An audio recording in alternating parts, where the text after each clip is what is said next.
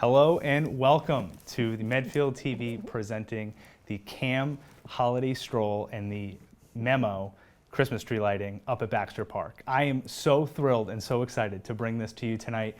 Obviously, I will get this out of the way. This is not how we imagined the Holiday Stroll this year. This is not what we wanted to be doing. But I believe that the Holiday Stroll is something that the community should absolutely take part in and be out there with your friends and family. But this is what we have, and this is something that we're really proud and honored that we put together a great program for you tonight.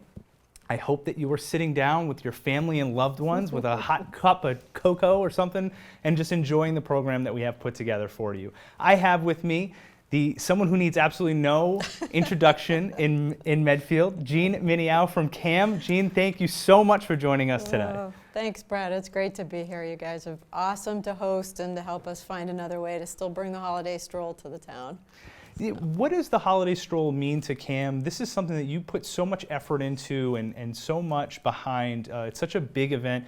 For me, it was one of the first big events in Medfield that I got to really take a part in and see the whole community come out for. Yeah. What does this mean for you? Yeah, well, it started now 6 years ago. It's hard to believe, but at the time CAM was very new and was just formed to really support artists in the community, and it sort of coincided with the times when Lords went out of business, and so the whole tree lighting changed, and we felt like there was a real opportunity there to lift up and showcase the artists in our community and our region, and that's how the Holiday Stroll evolved. Now, what about all the artists? We have so many musical performances tonight. We got a chance to go into all the different artists, their studios, and talk to them about their craft. Tell me about the artists, supporting them. This was a huge event for artists to be able to put together a nice showcase to show off to as many people as possible in one night. But what does this mean for artists tonight? Yeah, well, for artists, I mean, the beauty of the stroll is to actually connect directly with people, right? And to be able to have that interaction, get that feedback, feel the energy and the excitement about their work. Unfortunately, without being able to gather, what we were able to do tonight with your help is actually do something special, which is go behind the scenes with the artists in their studio. So what you're going to actually be able to see is how they make their work. And that's something you never could do at the stroll, but we can do that tonight. Yeah, these packages were put together by our staff. Amanda, Audrey, Linnea, Maddie, they all worked really hard on these packages for you tonight. There's both music and artists that are putting this together. So tonight is going to be an absolutely fantastic, packed night full of some great, great things. Jean, one more thing is, what are ways that people can support CAM? It's such an important place for the community. I feel like you do so much in our community. People don't realize what's going on. Can you tell us how can people support you and support the things that CAM is doing? Thanks for asking. Yeah, so obviously it's been a tough year financially with events that we've had to cancel and postpone. The stroll, in this new format is also puts a very different financial picture together for us. So donations are always welcome. Volunteers are always welcome. We're going to have some other events to talk about, I'm sure, later in the program that are coming up in December, and then hopefully again in the spring once we can regather. And then we're also, launching a major campaign to renovate 2 buildings at the State Hospital for the Art Center. So there's lots of work to be done there too. And I'm going to go ahead and right before we jump into this last package, I'm going to run down a little bit of what we're going to do tonight. So like I said, we have about 8 packages for you tonight that you're going to watch, and they're filled with the artists and the music. And then we're also going to do a live broadcast from Baxter Park. That's where Memo is located. They're up there with our staff. They are going to do a live Christmas tree lighting for everybody. So that is still going to take place. I know that we want to be out there and we want to see it and be a part of that community, but this is the best we can do. We're so glad that Noon Hill allowed us to use their office. So Noon Hill, thank you so much for all that you're doing. But I will give a plug to Memo. Go check out their website. Go check out all the things that they do. They've been doing this for 30 years. They have been lighting up Baxter Park. So absolutely just an awesome organization. These are the things that make Medfield different that really they give the community feel is organizations like CAM, like Memo, and I like to think like Medfield TV, and we're just so glad to be a part of it and so glad to be supporting them. So make sure that you go out, you shop locally this year, and you go out and support these two wonderful organizations. With that, Jean, do you want to take us into the first package and let us know who we're about to watch? Sure. Well, it looks like we've got music. The first song from the United Church of Christ, the carol sing, has always been longer than the Holiday Stroll. The carol sing has also been part of the same evening with the tree lighting. So it's lovely to have their musicians and singers also bring us some holiday music. So we'll have that in each segment, and then we have a new tradition this year with the Merstein family singing a Hanukkah song. And we have two artists, one Ann Nidem, a block printer and an author, and then Kathy Rooney in landscaping and land art. So take it away.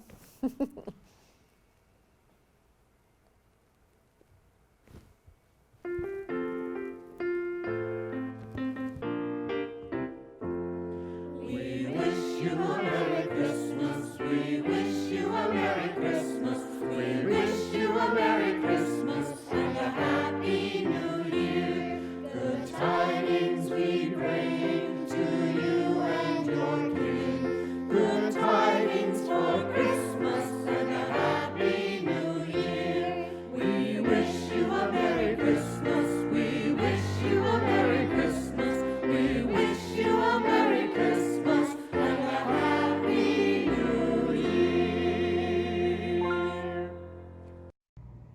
Hanukkah, oh Hanukkah, come light the menorah. Let's have a party, we'll all dance a hora. Gather round the table, we'll give you a treat. Sivivon to play with and latkes to eat. And while we are playing, the candles are burning low. One for each night they shed a sweet light to remind us of days long ago. One for each night they shed a sweet light to remind us of days long ago. Hanukkah, oh Hanukkah, come light the menorah. Let's have a party, we'll all dance a hora. Gather round the table, we'll give you a treat. Sivivon to play with and latkes to eat. And while we are playing, the candles are burning bright.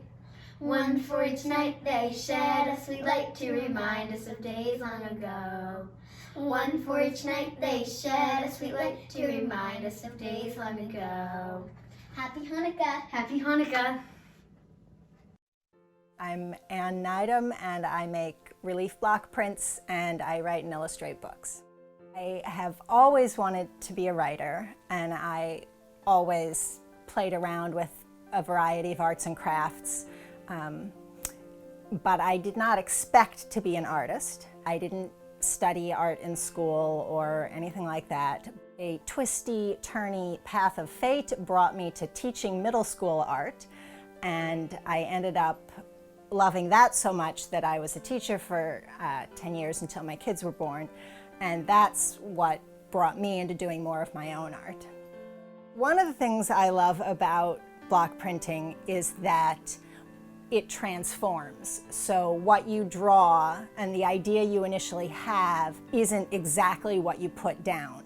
You can't control everything about it. So there's always this surprise, and it always turns out a little different from how you imagined. And partly because I didn't train as an artist, I've never really considered myself to be, fabulous at drawing. And yet when you do this medium, even the simplest things end up looking really cool when you're done. All the art I make, it's something that I love. It's something that for some reason I thought, this is cool and I want to share it. And so anytime somebody else looks at my art and says, oh, this is cool, we've made this connection, from my heart to your heart. And when you're doing block printing, usually it's not about color. For the most part, it's just black and white. So that encourages you to look for things that are about lines and angles and textures and shapes and patterns. You start with a block of really any material you can carve. I use a little bit of wood, but mostly what I use is rubber. You carve away Everything that in the finished picture is going to be white or the paper showing through, and you leave behind everything that's going to be black or the color of the ink. Normally when you draw a picture, you take a pencil, you're making a black line on a white background. Every time you carve on the block, you're making what's going to be a white line on a black background. After you finish carving the block, there's sort of two levels. There's the original level of the block and there's the carved away part. And so you roll ink over the top and it stays on the top surface and it doesn't go down into the carved parts. And then when you press paper onto it, the paper transfers to the ink, and that's how the picture is made. When you're translating something from real life into just black and white, there are no midtones, there's no gray. You just have ink or no ink. To a certain extent, you can trick the eye into thinking it sees grays by doing like little fine cross hatching and textures. Basically, what you're always looking at is what something is next to or in front of or behind. If it's in front of dark foliage, I'm probably going to make it white. If it's in front of a white wall, I'm going to make it black. So everything has to be in relation with the things around it. One of the things that is unique about block printing is that you can always take more away, but you can never put it back. So that also affects a little bit the way you think. And then the writing gives us a chance to think about ideas that we might otherwise not have considered. It gives us a chance to experiment in our imaginations with, well, what happened if we lived this way? Well, what happened if we encountered people in a different way? All my books are trying to sort of celebrate curiosity and creativity and problem solving and adventure. And what if we went out and tried to live our lives looking for these good things and figuring out how to work with them? The Book of Nursery Rhymes and the alphabet book are pretty much all about the illustrations.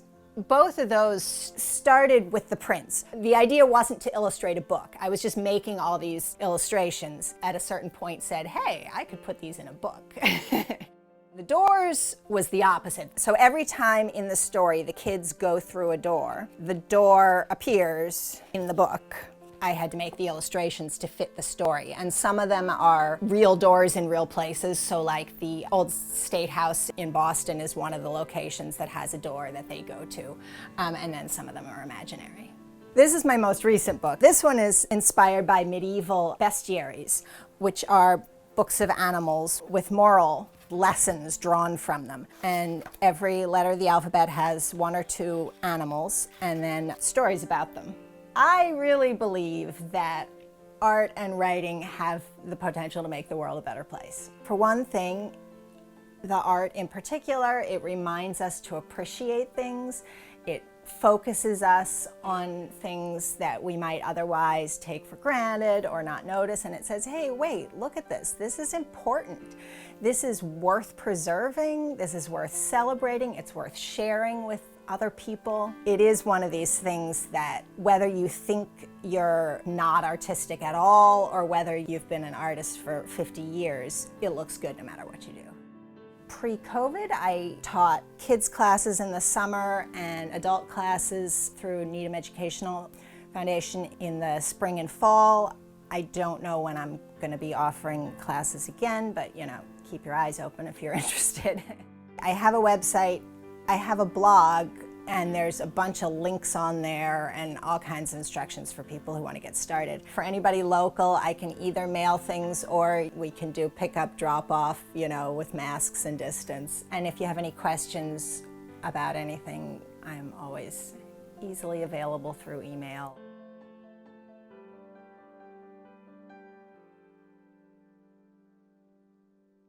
Hi, I'm Kathy Rooney, and I have a garden design, installation, and maintenance company. What we do is design gardens for clients with clients to meet all their needs and aesthetics and install them, and then if they need us to take care of them, we take care of them. Sometimes we work with them to take care of them, and sometimes we install them and they take care of them moving forward. What I love about what I do is that I'm outside, this is my office, and some days it's really hot, other days it's really cold. I get to hear the birds, I get to see butterflies, I get to see all kinds of things, how plants are growing, and I find it immensely rewarding to be able to figure out how to make a system of plants work out in a garden and make it beautiful and interesting year-round for the client. We find out what they want, what their needs are, what are some very practical things, like where are they going to store their trash bins, where are they, using paths across the gardens and landscape that might not be official paths yet, things like that. We take all those practical aspects, and we do a site analysis of the site. What are the light considerations? Where's the sun? Where's the shade?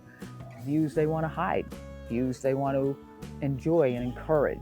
Water, where is it really dry in the site? Where is it exposed to wind? Where might water be pooling? Where might water be a problem, like too close to a house, cutting across a driveway, creating ruts? All kinds of interesting things. So we take all that into account, and then we start thinking about what plants would work where. One of the practical things that I really like to do, which it turns out is based in permaculture, is the stacking of functions on a site. So I can not only make the site beautiful with all these plants, I can have it be drought tolerant, I can have the plants help suppress weeds, and I can also have them help sequester and hold water. And I can put forms into the site that will direct the water where we want it, where it will be beneficial, the most beneficial for not only the trees and the plants, but also to keep it away from practical things like the foundation, the garage. So that's one of the things that we really take into account when we look at a site. We do a planning sheet for everybody, and we all work on, here's what we think the priorities are this year. We go over it every year. Here's what we think these priorities might have changed. So we knocked all that stuff off the list. Look at how much we did last year. So it's a good way for the client and ourselves to go, okay, we did accomplish stuff, even though it feels like we might not have gotten very far. So this landscape in particular has two different types of plantings in the main, one of which is full baking sun, very drought conditions, and then back under the trees, it's part to full shade. And because of the shade, it's less droughty, even though it's dry shade, but it doesn't dry out as fast as the areas in the sun do. And we've now configured the landscape after the flood this spring to move water in areas where we didn't move it before, but to direct it towards some dry wells that are in the landscape. A sizable portion of this landscape will be green all winter. There'll be something to look at in terms of textures, in terms of form and structure in the landscape. That's the other piece we do, because in New England, half of our time is spent without all these beautiful flowers around. I think in the long run, things will be okay, because in part, people are spending more time at home, they're spending more time walking through their neighborhoods, and they're enjoying nature. And nature has rebounded. There are more birds around, people are hearing them and seeing them, and they're appreciating them more. So in the long run, it's gonna be a win. It's challenging. You can't shake people's hands, can't give people hugs, that part's all challenging, but I think we're gonna get through it. And I think that the end result is people have more appreciation for the green infrastructure than they did before. And I say infrastructure, it's our natural environment that we all depend on and that we need for our health. So one of the things that's really become clear in the pandemic is that people who are suffering more live in neighborhoods where there's more pollution, the air is less clean, and when you live out in a neighborhood like this with a lot of trees and plants and shrubs and flowers, the air is cleaner. And we all do better with a cleaner environment. Call me at 508-561-0532. There'll be a website up soon, which will be Designer of Greens.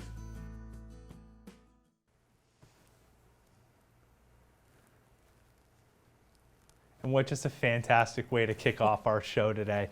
The Merstein Girls absolutely blew me away. That was so fantastic, the Hanukkah. So thank you so much, everyone who just participated there. The UCC Church, we'll be seeing them more and more throughout this broadcast, but what an awesome way to kick it off, and really just excited about that.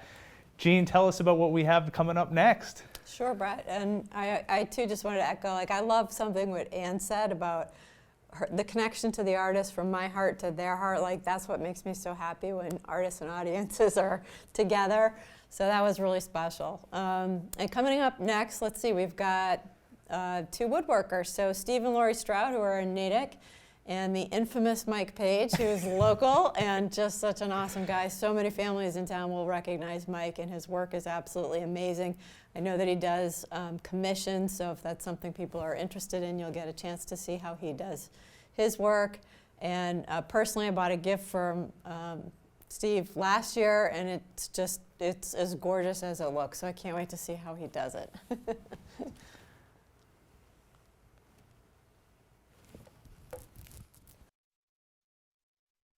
We're Steve and Laurie from A Cut Above Design, and welcome to our home. So we work with wood, and we started this business 10 years ago. Yeah, about 10 years ago. I'm a contractor in Natick and had a lot of wood lying around and was looking for a home for it. So we started trying to get creative. And over the years, we've perfected the art of the cutting board. Our children got involved in helping in the wood shop too, and so we purchased a lathe and started making things on the lathe as well. So that's more what I enjoy doing and helping Steve with the design. She's the inspiration and I tend to be the brunt labor. Yeah, I'd agree with that. There are so many types of exotic woods out there. When I first started doing this, we were collecting some oaks and some maples, maybe a little bit of birch around. But then there are so many woods out there. There are wengays and sapelles and purple hearts and yellow hearts and bloodwood, and they're all different colors. And who knew you could buy a board that's 8 feet long and 6 inches wide of all these woods and cut them into strips and combine them into really valuable heirlooms for people to potentially have in their kitchens for many, many years to come. So the process of selecting those boards, they then sit in my garage and dry for a year before I even start cutting them up. Once they're cut into strips, they sit for another 6 months or so and dry. Then after the gluing process, they sit for a while and dry. It's just a nice way to combine the various grains and the various colors and to create a mosaic, a puzzle piece, a masterpiece. Each of our pieces is unique. There's no two that's the same. It's really intriguing when we put woods together in color combinations where it makes one kind of wood really stand out. So this wood sapele, it has a sheen to it. I don't know if you necessarily notice it when you were just looking at it, but then you put it next to another wood that's more matte color, and then this sort of has this shimmer to it. Laurie will spend hours with 3 different colors of wood just getting them just so. I do. I tend to be a little faster than that, but I value her input immensely, although it slows the process down. But I do. I'll come down, I'll say, no, you can't have that one next to that one. It just doesn't quite go. It's really about the color and the grain of the wood that just inspires us to create into what we created. And making sure no two are the same. That's one of our prides. Is that of the 1,000 boards or so we've passed through my hands in the last couple of years, no two are the same. Our process basically involves taking slabs of boards, cutting them down into strips in various widths, combining them into patterns, sanding, cutting, gluing, sanding, cutting, gluing, sanding, cutting, gluing, and eventually coming up with something that we hope people will like in their kitchen. We discovered turning on the lathe. What a lathe is a spinning wheel, and the wood spins really fast while you use a sharp implement to carve it. And so it becomes a round object, like a bottle stopper or a vase or a salt and pepper shaker, things like that. And the process of that is that you have a piece of wood. It can be a rectangle or a cube piece of wood, and it could be a piece of natural wood or wood that's been combined, because we try to use all our wood. So if there's pieces left over from the creation of a cutting board, then that gets glued to something, so then we can turn it on the lathe. After we do the design, and Steve does a lot of the work with sanding multiple times, the last part we put on beeswax and oil, and the colors just pop out, and we're always like, oh my gosh, that's so beautiful, even though we've just spent hours and hours with that same piece. But it just becomes this remarkable product. A birth, if you will, yes, of color. That's what really gives it that finishing texture. And most of the boards out there can be brought back to life at home by just adding a few more drops of oil to existing cutting boards. Wood also has just a wonderful texture, like feeling the wood, and wood smell differently too. So when we're working in the shop and we're putting together the boards, entirely like immersed in the experience of putting them together. Sometimes when we sell a piece, we actually get a little sad, like it's just been such a project to create it, and then knowing someone else loves it as much as we do is a joy, but to have it go away is like, oh no. Au revoir. What a crazy, crazy, crazy time in our lives. This pandemic, as I'm sure you're all aware of, has thrown the world upside down. For artists in particular, it has taken our business and pretty much shut it down. At least I'll speak for myself now. Pride myself on my ability to establish a relationship with somebody and to look them in the eye one-on-one and talk about your product and talk about life, et cetera, et cetera, et cetera. And then at the end of that conversation, if a product changes hands, it's a wonderful thing. It's a culmination, but it's a lot more about friendships and conversations than the final sale. And not being able to get face-to-face, the masking, the restrictions these days has that away as well. Without art, there is no world. We all need something we can fall back on, something we can enjoy just for beauty's sake, like a sunset or a mountain stream. A nice piece of art completes that little niche that I think is missing in many of our lives. People who want to learn this trade probably should contact a makerspace.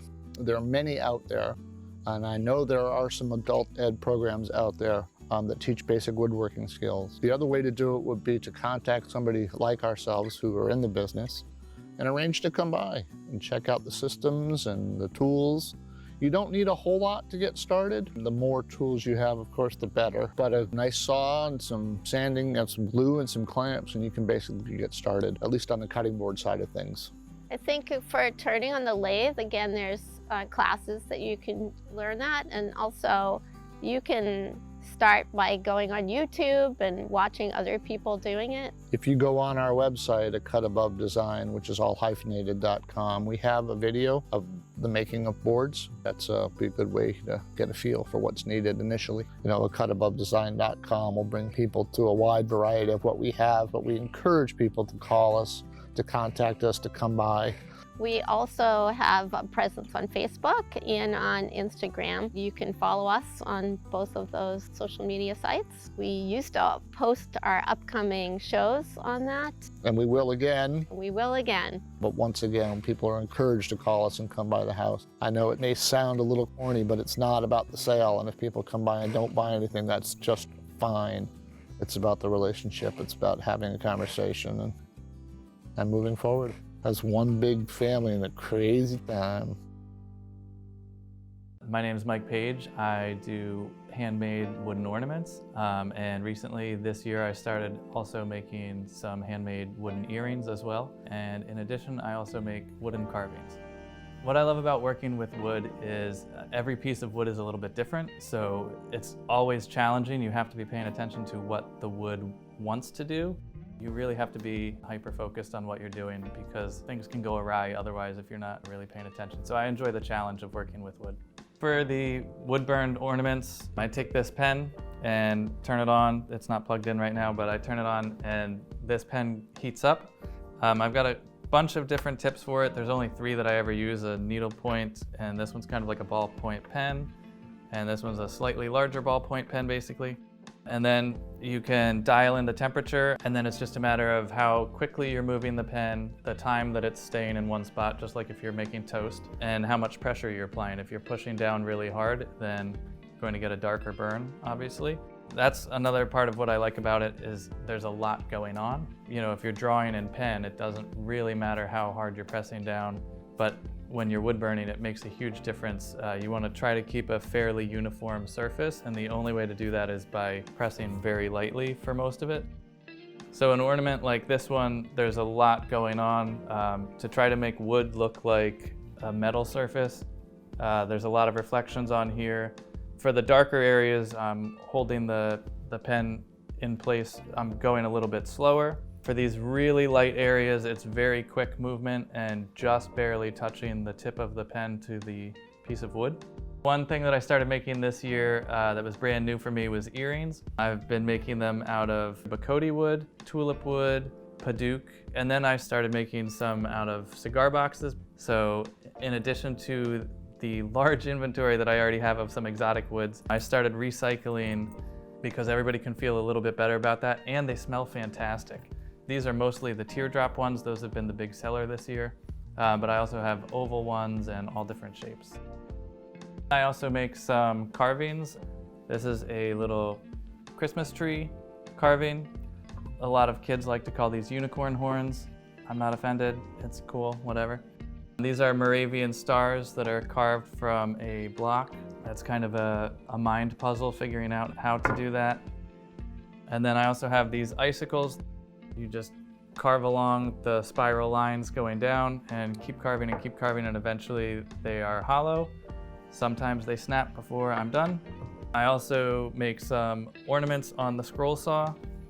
So these are some scroll saw ornaments, and then these are made on the scroll saw with a compound cut. So you're basically doing two different front views from a block of wood.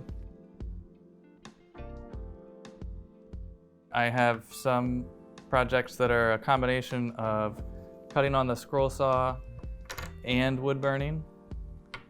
And then this one was, and actually this one is scroll saw cut and carved and wood burned. So that one's kind of all three of my interests. And then this one is cut on the scroll saw and then carved. So the Doodle Club started off right when we were first in quarantine. I said, okay, if I'm not at the after school program where I work, I might as well make a video for these kids to have some sense of normalcy while they're stuck at home. I started the Quarantine Doodle Club on my YouTube page, and Brett from Medfield TV immediately reached out to me and said, hey, we want this on Medfield TV. So then it became the Mike Page Doodle Club, which I've been doing ever since. It's been a fun project. I'm also doing a podcast now. 2020 has been a pretty wild year. So I'm also on Small Town Scuttlebutt, which you can find on Spotify, Apple, Stitcher, any of those places where you listen to podcasts. I have a Facebook page or Instagram page. They're both at Mike Page Studios. I'm also on Etsy as Mike Page Studios. Any one of those forms, you can just send me a message and I'll get right back to you. I know a lot of school districts back in like April immediately cut the arts. It's always the first thing to go. But I think it's easy to lose sight of the fact that, you know, quarantine happened. Everybody goes straight to the arts, drawing projects, or you turn on Netflix to watch something. The arts are everybody's escape. So I think it's very important to support the arts, especially in times like this when things aren't an ideal situation and everybody's struggling. If you buy a photo that you really love or a portrait that somebody made, you hang it up, you look at it every day, and you'll appreciate it. It's always worth the price that you paid for it. I've been doing the Holiday Stroll since its first year, which I've been very excited to be a part of it every year. I love that I run into a whole bunch of people from around town that I don't necessarily get to see all the time, but I'll run into old students at the Holiday Stroll, and it's just cool seeing so many people from town. Everybody's in a great mood, walking around, enjoying the evening. It's one of my favorite days of the year, and it stinks that this year, we're doing it through TV, but I'm glad it's still happening.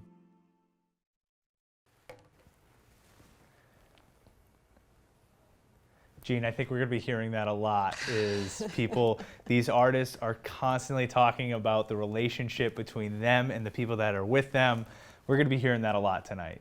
Yeah, I think it was Steve and Laurie were talking about art as a way into the relationships, and I think that's something that's been so special about the stroll and those connections that you can make. And the artists have commented to me that it's palpable, the community spirit and the enthusiasm and people hugging each other. And I think we take it for granted, but what they do these shows in communities all over the place. This is special, so it's worth celebrating. It's worth keeping a tradition going. Before we jump into the next videos, I do have to say, Steve, the comment that we had was, your studio must smell amazing. So people don't realize the time that must take, the commitment of storing all that wood, having it in there, and then being able to do that What a beautiful art that you put together. And Mike, watch your fingers. I can't believe I can see you got that. I'm sure I'm not the only person who went, oh my God. I gotta call you, Mike. I need a couple of things. Yeah, absolutely. Fantastic. But Jean, take us into the next set of videos that we have for everybody. Sure. Well, UCC Medfield is back with another song. And then this next segment, we have 2 ceramic artists. So I'm very excited to see their work.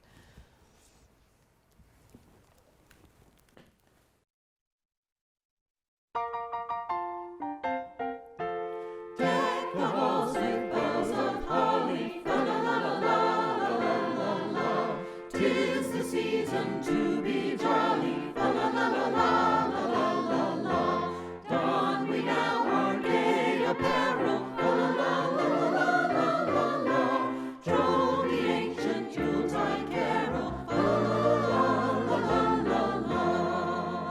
See the blazing Yule before us, fa la la la la. Strike the harp and join the chorus, fa la la la la la. Follow me in merry measure, fa la la la. While I tell of Yuletide treasure, fa la la la.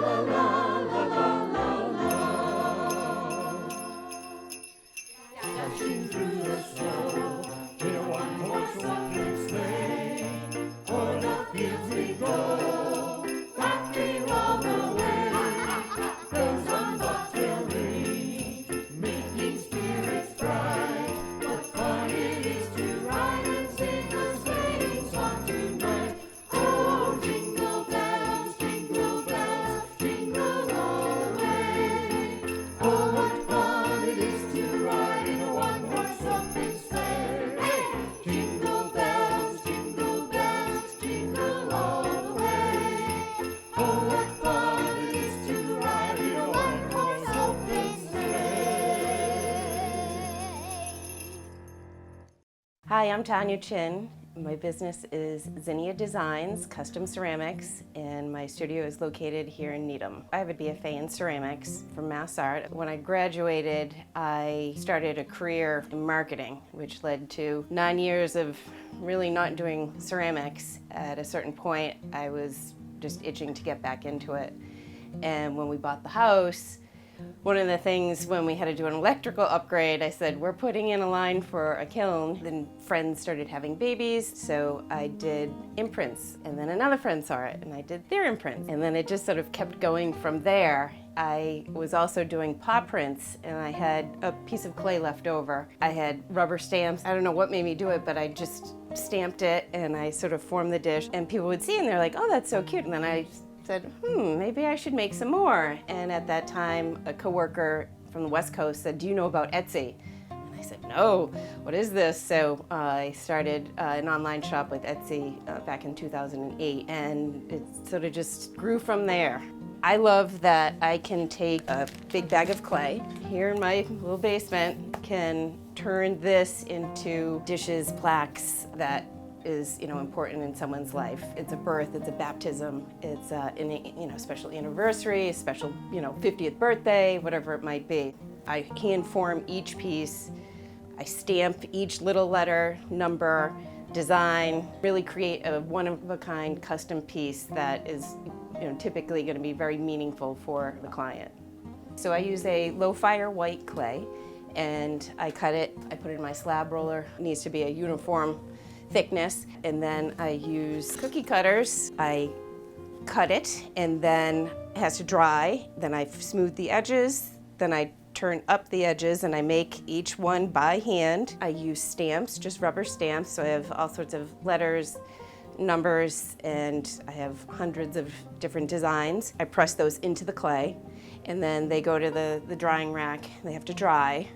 Once they're dry, I then put them in my kiln. It's about the size of like a washing machine. The first firing is about 12 hours, and it goes up to 2,000 degrees. And then they come out, I glaze them, everything gets colored. I have 30 different colors that people can choose from, and then it goes back in the kiln for like another 6 hours, and then the piece is done. With the hand and foot impressions, I physically need the child's hand or foot, so They tend to be local. Again, I roll out a slab of clay, make everything nice and smooth. I press the child's hand and or foot into the clay, and I can do one handprint that we turn into an ornament. I can do, a hand and a foot starting at about 6 weeks, 4 to 6 weeks. It's depending on how tight their fist is. So all babies are like this, so I need to pry that open. I have a wide range of price points for the imprints. I do individual children, but then I can do a whole family. And I've done dog paws, and I also do a lot of custom work.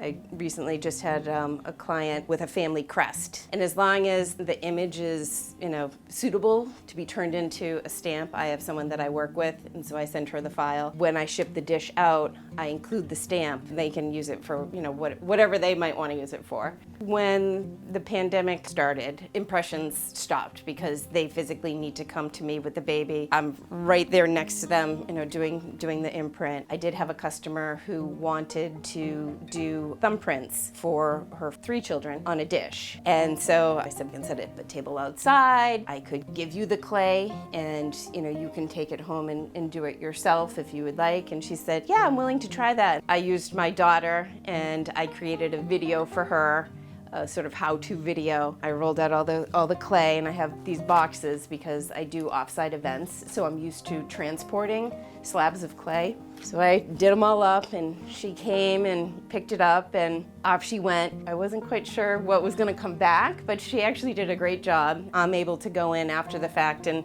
remove smudges and things of that nature. Took them through the rest of the process of putting all the names on it, obviously glazing it, firing it. I have a location here where I put orders, and she was able to come back and just pick them up. So totally contactless. And in terms of trinket dishes, that really hasn't changed. I feel like my summer was a little bit busier because people weren't going into stores.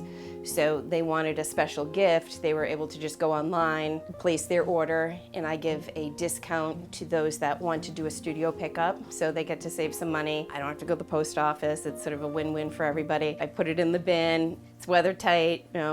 Stop by at your convenience. Everybody loves that. We don't have to make an appointment or anything. I love Medfield, and I had heard about the Holiday Stroll, and I said, oh, I gotta check this out. And so I applied, and I got in, and I was in the church, and that's where they were doing carolers. I don't know if the carolers go to other locations, but they were definitely there, and they were right in front of my table. And it was just like, I had been transported into, Christmas. My ornaments were, a big hit. Obviously being, new to, the craft fair, everybody likes to see new things. So it was a very successful night.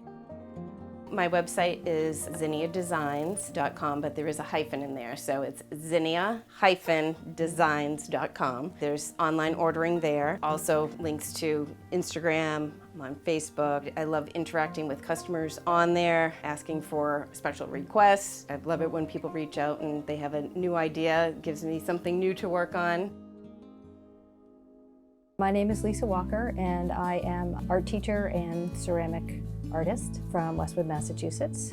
I went to art school at Skidmore College up in state New York. So I started in the clay department, and then I did photography, and I did painting. I did a bunch of different things. I ran into a friend who said she was taking pottery lessons, and I said, I have to do that. So I started back in about 15 years ago, and that's all I've been doing. But I've been able to use a lot of my skills that I learned in college, how to take good pictures of my work, how to bring my ideas to draw or put together a collection to my pottery. I have been doing a lot of teaching as well, where I teach 2-dimensional art, 3-dimensional art, and pottery to students of all ages. I love teaching. It makes my work better because I get to see it from the other point of view. I teach kids mostly hand building, and I teach adults wheel throwing and hand building. I've been doing this fun thing over in Dedham called Clay and Chardonnay, where if you just want to see if you like the clay, because some people don't. They come in and they go, I don't really like the way that feels. And other times people are like, oh my gosh, I can't get enough. I need to take a class. So I'm now doing Zoom classes, which are a little different because if you don't have a wheel at home, it's not going to work. The more that you do art and try different types of art and explore things and have fun, it's a great way for kids to have a few more tools in their toolbox, and adults. Especially with ceramics, it gives you a different type of community. I'm teaching them, they're learning from me, I'm learning from them, but it becomes much more. I use the clay to tell my story. So, for example, I took a trip to Barbados in January, and I did a lot of sketching while I was there. I took a lot of photographs, and when I came home I decided that I would do my spring collection about that trip. So I went through the stuff that I had and decided what would work to tell my story best. I then usually warm up with my basics collection, which are mugs and things like egg separators and little bowls, to kind of get my muscle memory back, and then I start to create the pieces out of functional work. Then I will carve or draw or decide specific glazes that will work to tell my story, so that when someone comes to see my collection, they will be taken on the journey that I was on. It will be different from any other story because it's just my story. So all my work is one of a kind. Besides my basic collection, I never revisit collections per se. Some of them I do, but they change each time. Someone will say, oh, do you have that thing that you made last time? And I'll say, no, but I might have something like it. And I feel that for people that collect my work, that they get individual new stuff, especially with gift giving, that nobody else is going to be giving the same thing because it's never the same. My favorite thing to work with is white stoneware, like a white canvas. And so the glazes look really nice on those. I also like to use low fire clay, and I like to use brown clay. And the reason is so that I can remember which is low fire and which is high fire in my studio, because they fire at different temperatures. So if I mix them up or I put them together, that would not be good. I teach with low fire clay, with brown clay. It's really easy to hand build and wheel throw with. I also really like using raku glazes on some of my white stoneware. Raku is a process that is quick. It makes these beautiful shiny glazes, but it is non-functional. So it's quick, meaning it gets hot, you pull it out, you stick it in something else, and it cracks. And so you get these one-of-a-kind surfaces that are beautiful, but you can't fill them with water and you can't drink coffee out of them. So they're more sculptural pieces. So all of my work stopped when everything closed down because I couldn't have any in-person classes. All of my sales were canceled. So the collection that I worked on, the Barbados collection, no one ever saw, which was sad, because one of the things I find really interesting about sales is you get feedback, and someone picks it up and they say, oh, I love this, I would use it for X. And then you say, huh, that's interesting, I didn't think about it like that. So that part of the process, it was a loss. I teach after school in Newton, and I was about 5 classes into a 14-week session, and my boss said, what do you want to do? And I said, let's try it virtually.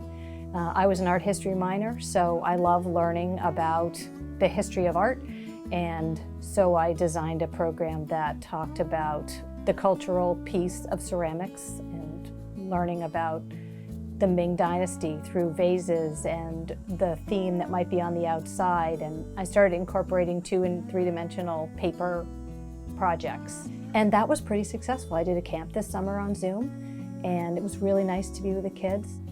My work changes based on what I'm doing in my life. For example, the quarantine was really, really tough. And so I have some different types of pieces. I have some little houses that I made because I have first responders in my neighborhood, and I was thinking about them. I don't want to look back and remember too much of this. I would like to move forward and make new work that celebrates life.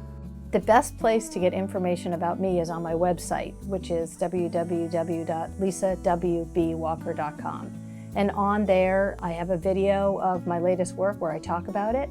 I do contactless curbside delivery, shipping, anything like that, just through email, which can be accessed on my website. Any other information about me, like classes, I have all that information on there as well.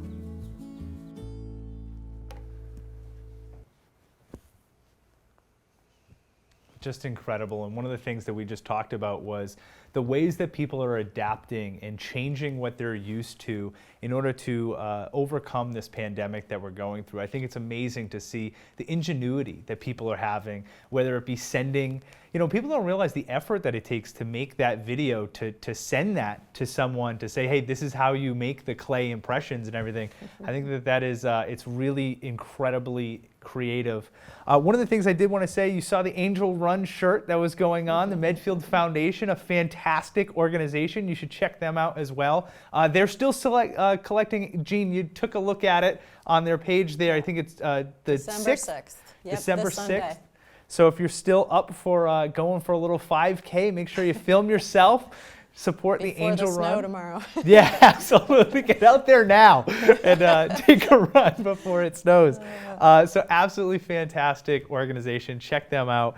The other things that, you know, as people are adapting and changing and doing all those things, Jean, we're doing that too in our next event that we're doing. You alluded to the fact that another event is coming through CAM. Medfield TV and CAM are coming together again for the winter lights display that we're doing up at the state hospital. I can tell you it's 20,000 bulbs are being put into putting up at the Medfield State Hospital. We have a whole route that we're going through. And then Jean, why don't you tell us about the buildings, what we're doing with those, because I'm really excited about what's going on with that. Right, and just to clarify, it's a drive-through only. Right, so, yes.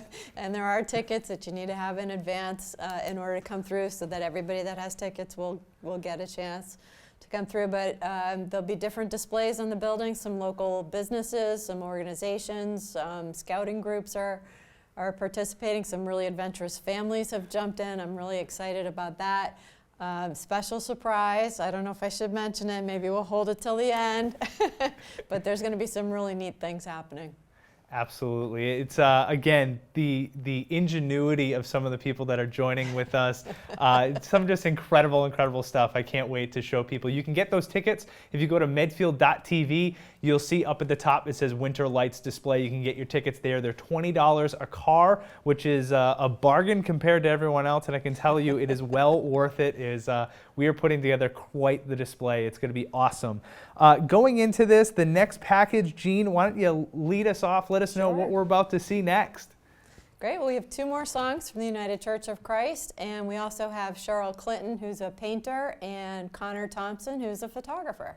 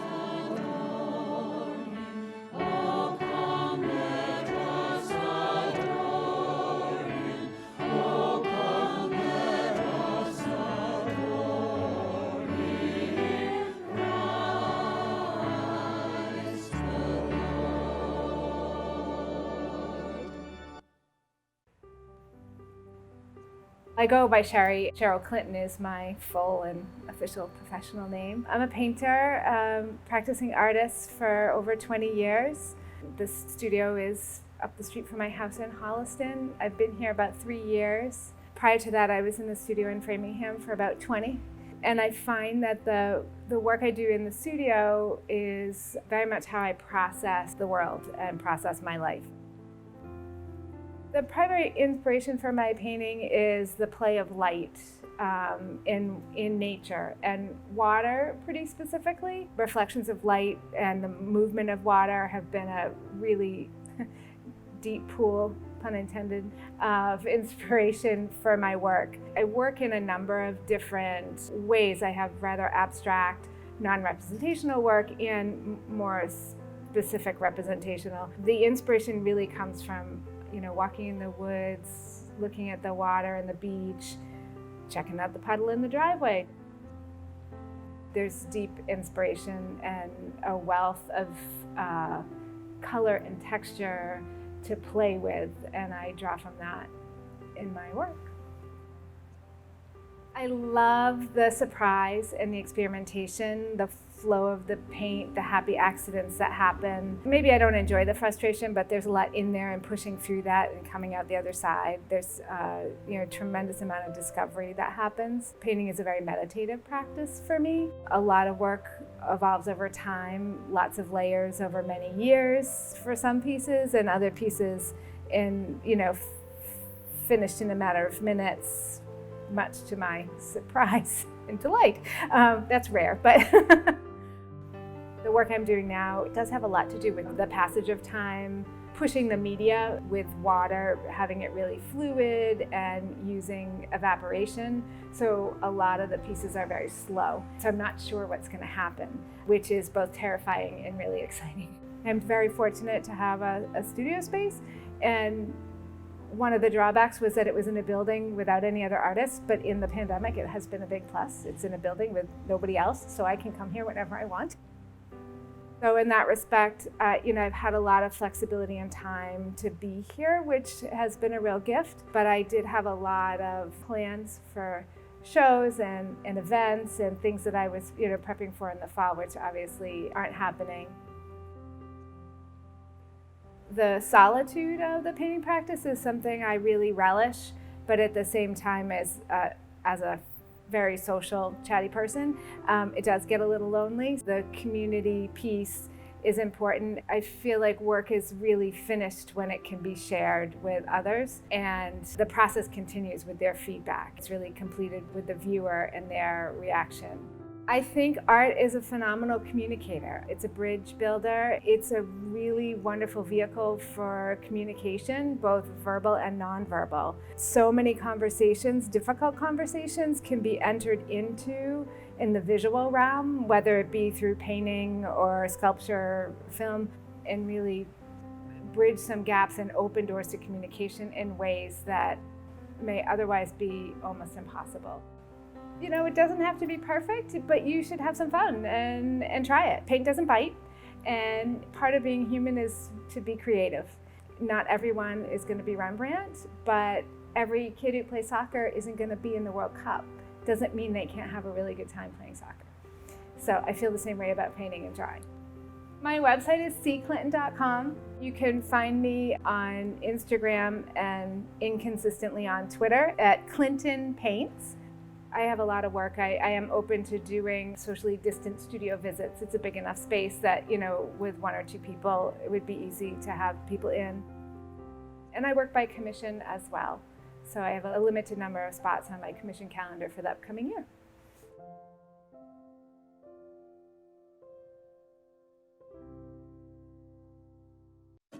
My name is Connor Shea Thompson. Spectrum-inspired photography is the company that I founded, and I am a young adult on the autism spectrum. I go to a music school right up in the Pioneer Valley, and I've been given a lot of good lessons. I've been taught voice, piano, and ukulele, and they got to enroll me in a photography class. we started taking pictures of many different musical instruments and combining sheets with those instruments, displaying how they are played. Examples like this picture is about half of a flute being placed on a sheet of music. What I love about photography is that every picture comes out very crystal clear and abstract. I like macro photography. Taking close-up shots and playing a guessing game out of it, trying to tease people of what that object is. I've done architectural design photography. I photographed animals.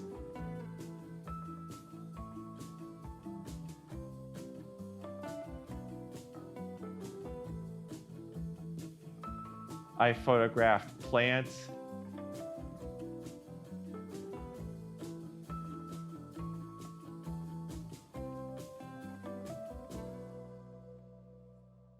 And people, like I've got to photograph some live events, including the Falmouth Road Race, which was an event for the Doug Flutie Foundation for Autism. And lately, I've been getting into nature photography, going out into the great outdoors and finding a lot of great animals to photograph and plants to photograph.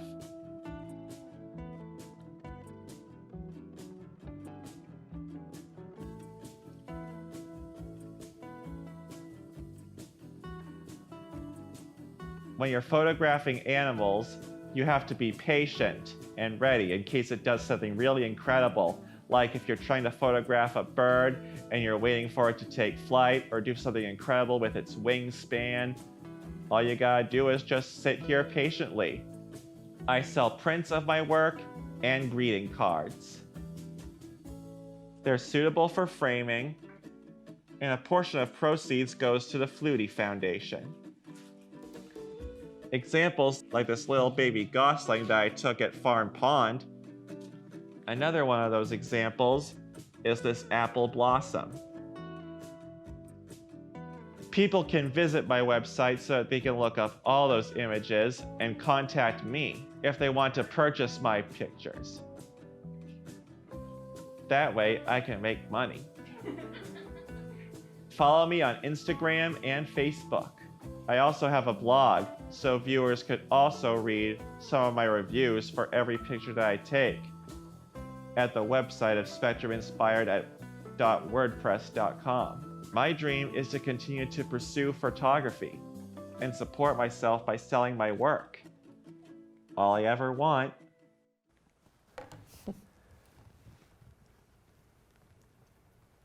I'm just glad that one of the artists finally cut to the chase, Connor. It's, you know, Connor's photography, absolutely stunning, though. I mean, that was beautiful stuff from Connor. I want to give a shout out, by the way. Later on the broadcast, all the way tonight, like I said, Memo is standing out in the cold right now. They're waiting for the Christmas tree lighting. But I want to say a big shout out to Noon Hill again.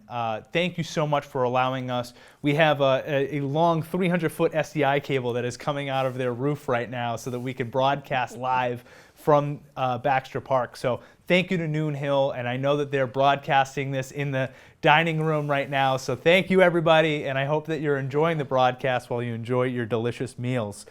That was absolutely fantastic stuff, Jean. What do you think so far of the artists that you've seen and the packages that we've been showing? Oh, they're amazing, and I'm just even better than I could have imagined. And your crew, your staff has done an incredible job. And thank you to all the artists who opened their studios to this, and brave experiment. And it's really been wonderful to see the behind the scenes and how the work gets made. I think it's really.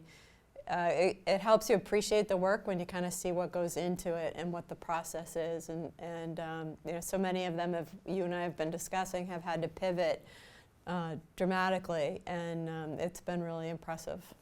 This has been awesome to watch and awesome to see, and I hope that everyone's watching at home and enjoying this. But I hope this is the last time we have to do this. I hope we don't have to do this again next year. These artists can certainly take all these videos that we've created for them and post them and use them. I know we just talked about UCC's going to use these videos of them singing and all that. You know, Medfield TV will make that available to them, but I hope we don't ever have to do this again. But I think we're onto something, Brett. I Yeah. hate to say it. I think we could do this as an add-on or some other aspect. We because certainly I think could. It's really impressive what your team has put together here tonight. You're just enjoying time in studio with me. I feel that's all it is. But Yes. let's go into the next package here. It looks like we have Patricia Brazil and Shira Brown coming in for us. So two jewelers, yes. the this two would be great. jewelers. So Very different, but wonderful, both of them. this will be fantastic. Thank you. Enjoy.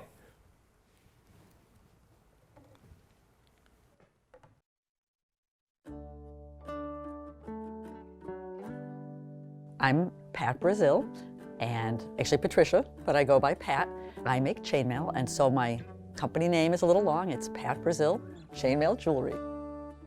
I love making art since I was a little kid. Since I was a child, I always drew and wrote. Those are my two things I love to do, was anything with art, any art projects. So I ended up going to college for art and had a great experience in a studio art program. So I graduated with a degree in studio art with a concentration in photography, of all things, and I got a minor in art history. I spent a few years doing a lot of different things trying to figure it out, but what really it came down to, and I worked with a great career counselor, was I like making things.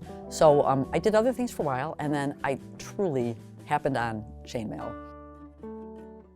What I do is, all I do is open little and close little rings that are like this, 2 pair of pliers over and over and over again. It's more like knitting or needlepoint or something than a jewelry skill. What I love about it is I love repeating patterns. I love the kind of getting in the zone, the very quiet work of it. I love that depending on like the size of the rings and the material you use, you know, you could use flat copper rings that are big for like a really masculine kind of, you know, completely, you know, steampunk look. You could use, you know, pure gold rings that are very, very tiny and delicate for like a really feminine piece someone might wear in a wedding. So I like that it's one skill and one sort of set of patterns you follow and do variations on or make your own patterns off of, but it's how you choose to make the pieces that make them your own and make them original, and it's just, for me, it's endlessly fun. The big secret is it's just time. You know, it's that whole thing where you put in a whole lot of hours toward what you love, and that's how you get where you want to be. I make earrings. So these are a little Celtic flower I make, and then here's a bigger version that's a Celtic pendant. So I tend to make a lot of simple pendants. Everything is made out of rings, you know, as you'll see. So I make a bunch of different styles of pendants, a bunch of different styles of earrings. I've started to make earrings for people who don't have pierced ears. I make a bunch of chains. I make bracelets. And then if somebody wants, I can make a custom piece. I make lots of pieces just in sterling silver. A lot of people like the two-tone. Once in a while I'll do a piece, you know, just in gold fill, but usually not. Usually people like the mix or the silver. And then I've started to add rose gold. It's a very popular color, so sometimes I'll do sort of a mixed metals with a few colors. And then if somebody has a special request for copper or so on, I'll do that as well.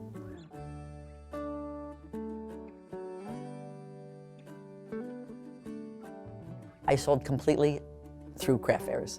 So it has been a really big change for me. It makes sense for there to be a year without them, but it has been a huge hit for the business, for sure. I'm right now having a wonderful website redone that I'm really excited about, www.patbrazil.com.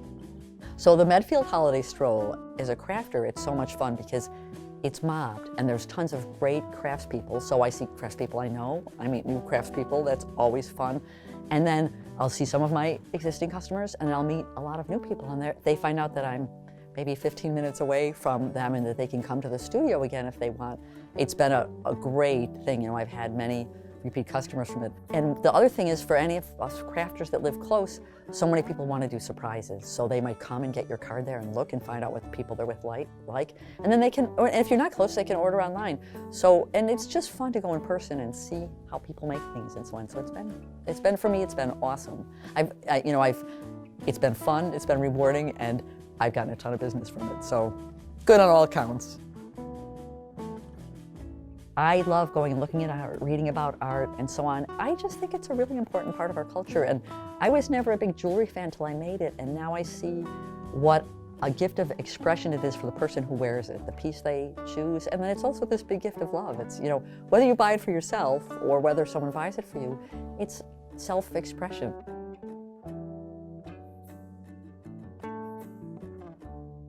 My name is Shira Brown, and my business is Shira Hana Designs, and I make unique gemstone jewelry and do metalwork. Each piece is one of a kind, and I put my full attention into every piece that I make.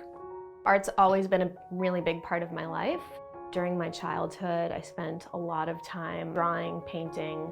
Most of it was self-directed. I knew that I always wanted a career in medicine and I wanted to pursue becoming a pediatrician.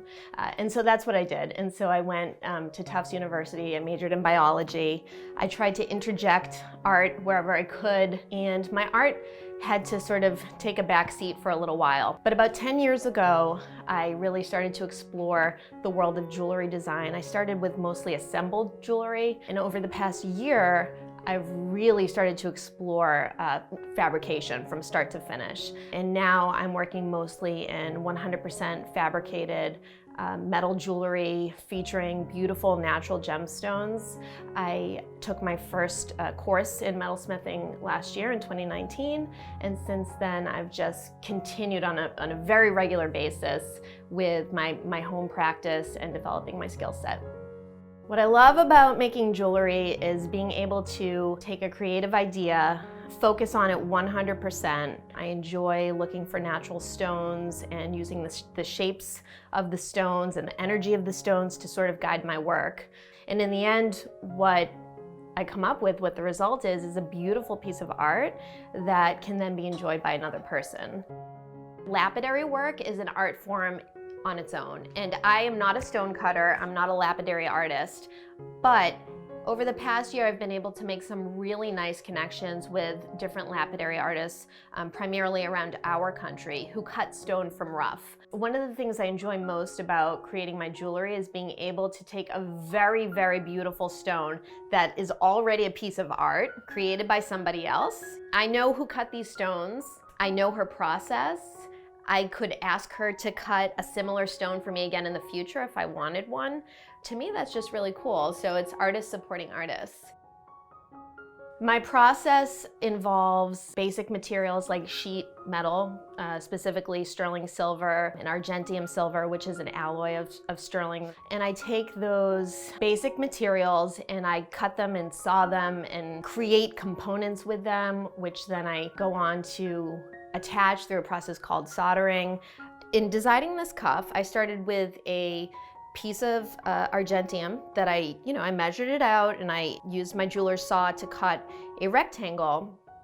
And once I was happy with the design, I did something called saw piercing, which is when you're actually drilling a hole essentially through every negative space and you're using a jeweler's saw to cut them out. After it's saw pierced and I'm happy with it, then I'm going over to my soldering station. I start to work on the embellishments. So I'm fusing the granules and eventually I'm soldering up on a bezel cup that I also fabricated. And then from there, I'm going to be forming the bracelet. And for that, I'm using something called a bracelet mandrel. The bracelet is then formed around the mandrel. Before I set the stone, I actually precipitation harden it so that the metal maintains its form. So that's a unique quality of argentium. You can't do that with sterling. Once I'm happy with the bracelet and the way that it's formed, I'm going to be setting the stone. And for that, I'm using a vise to hold the bracelet in place. The best part really is in the end finding out who it's going to and who it lands with. And for me, that closes the loop and makes a full circle. I participated in the Stroll in 2019. It was my first year. It was so nice to be able to interact with the community and meet people from Medfield and the surrounding towns and have conversations and be able to not only show my work, but answer questions about my process. And I'm so thankful that Medfield is doing it virtually this year because it's still a way to connect. It's always so enjoyable for me to see who's interested in what, and to be able to connect people with pieces that mean something to them. I've been fortunate in that I've been commissioned with some really special projects, gifts that people wanted to give to loved ones that either have a certain meaning or were in commemoration of an event. And so for me, that's the best kind of work. I love starting with a client who just has the beginning of an idea and helping that idea come to a design and the design come to a piece that ultimately brings somebody a lot of happiness.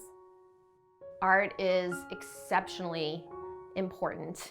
It enriches society, enhances individuality, whether the art form is music or sculpture or painting or jewelry design. It's a means for people to demonstrate self-expression. Without art, our society would be very, very boring, I think. So I do have a website. It's shirahanadesigns.com. You can find most of my recent work on my website. I also keep my Instagram account very, very active because not only do I like to show finished pieces, I like to share process photos. I like to share tips and tricks. And in terms of commissions and custom work, clients are always welcome to email me. And my email address is readily available on my Instagram account and also available through my website. I'm never too busy. I have a very full life and I'm very blessed in that way, but I also devote a lot of time to this because it's important to me. So please don't be afraid to reach out.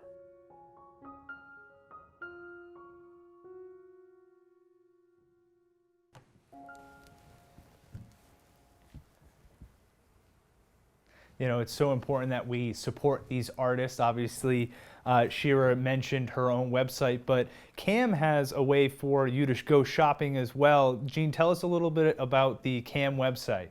We do, Brad, thank you. So if you can't keep track of all these artists and all the different websites, you can just go to medfieldculture.org. So that's the Cultural Alliance website. We have an artist marketplace where all of these artists are featured, as well as many more of people's favorites from past strolls and recent events. And we link to all their websites, so you can buy direct from the artists or connect with them there by just going to the medfieldculture.org website, and that marketplace will be up through the month of December. It's just a fantastic way for people to be able to support all these artists. So it's such an awesome thing that CAM has put together, and that artists have the availability of selling to such a grand audience. So thank you so much for doing that and supporting them. If you're enjoying tonight's program and you're watching this and you say, man, I would love to see more, then tomorrow we actually have the Lowell Mason House concert is airing tomorrow right back here on our public channel and our watch page as well. That's Comcast 8 and Verizon 47. So you can watch those here again at 7 o'clock p.m. All very similar style of a broadcast, but this one here, the Lowell Mason House, took the wheel and they did a great job. So if you're interested in that, you can certainly watch again tomorrow. The other thing that we have coming up, Medfield TV has the Holiday Cribs with Joy Holiday and Candy Cane. If you want to see, if you enjoy seeing all the beautiful houses and all the things, if you enjoy decorating, become a part of that. Go on to our medfield.tv/events page and check out the MTV Cribs Holiday Homes. So that's a couple things that you can check out as well as you're going forward. So I want to kick it back to you, Jean. Tell us what we're watching next. I just have to say, is there anything you guys don't do? That's incredible. So next up is Greg Roy, musician. He's local. He's here in Medfield, and I had the great pleasure to attend a live performance that he did here in town over the summer, and I think you're really going to enjoy it. You're in for a treat. This is something special.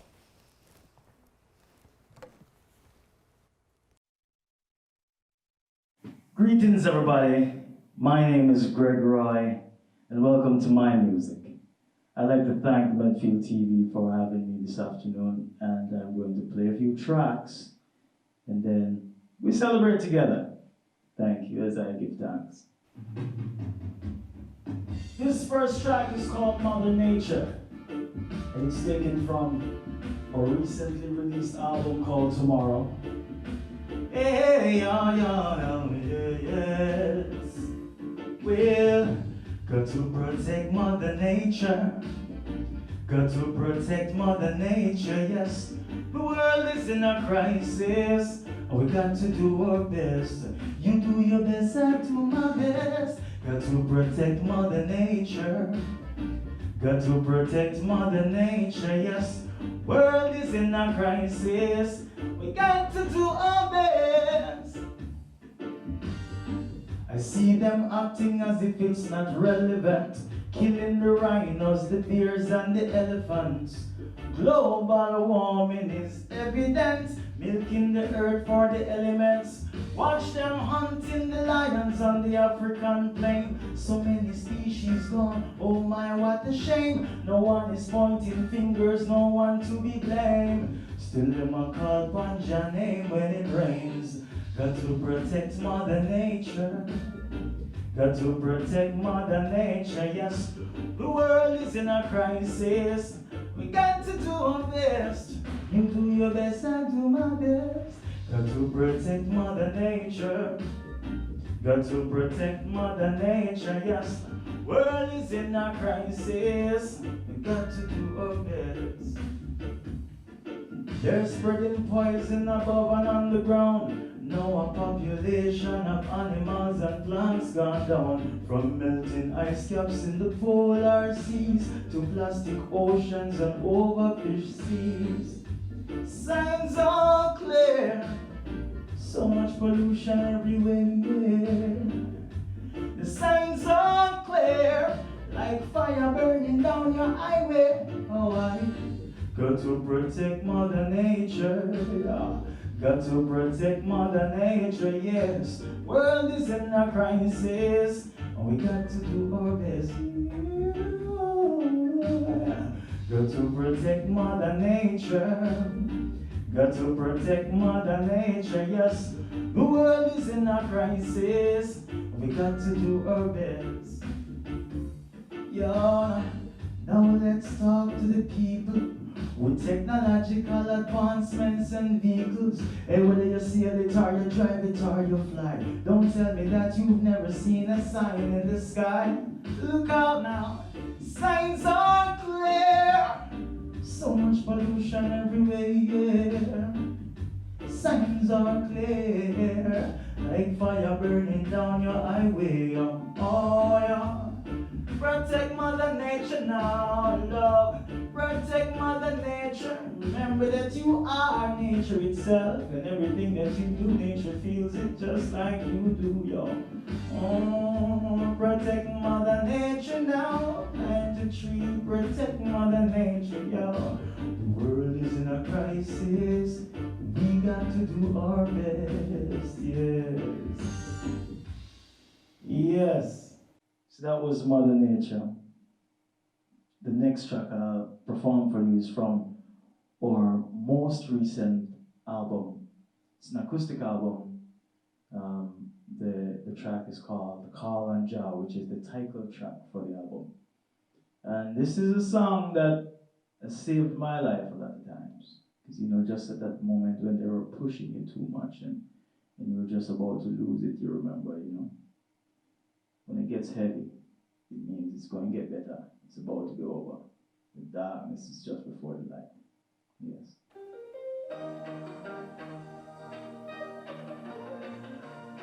No, no, no, no, no, no, no, no. Don't be afraid. The future is what you make of it. Your destination awaits. Don't worry about what it looks like. Just keep on moving forward. And when you feel like giving up, feel like you're turning back, but when the pressure takes your shoulders, well, call on your God. When you feel like giving up, feel like you're turning back, yes. Come on, let me tell you. So when I wake up in the morning, I go black or reverence, give thanks to Rastafari, one of men's in my heavens, yeah. Love and respect to my neighbor, cause negativity no makes sense. Hey, watch the road them where you tread when you're treading on. Cause even though the road is rough, my friends, Even though the road is tough, let me tell you, when you feel like giving up, feel like you're turning back, when the pressure take your shoulders, well, call on your God. When you feel like giving up, feel like you're turning back, oh, yeah. Oh, yeah, yeah. I should have known, you know. Come on now, my friends, you know that I shouldn't have to tell you that if you live good, then life will be good to you. You know this now. Say anytime you treat life bad, can't say you're bad luck when karma come back. Oh yeah. So when you feel like giving up, feel like you're turning back, yes, yes. Oh, we call on your God. When you feel like giving up now, feel like you're turning back, we will. Oh yeah. Within the eye is the presence of the Almighty. Nobody think I'm mighty. And don't you dare think you're big, bad, almighty. So you can do what you please and everybody's going to like it. Oh yeah. I know you said it good to your neighbors, my friends. Come on now.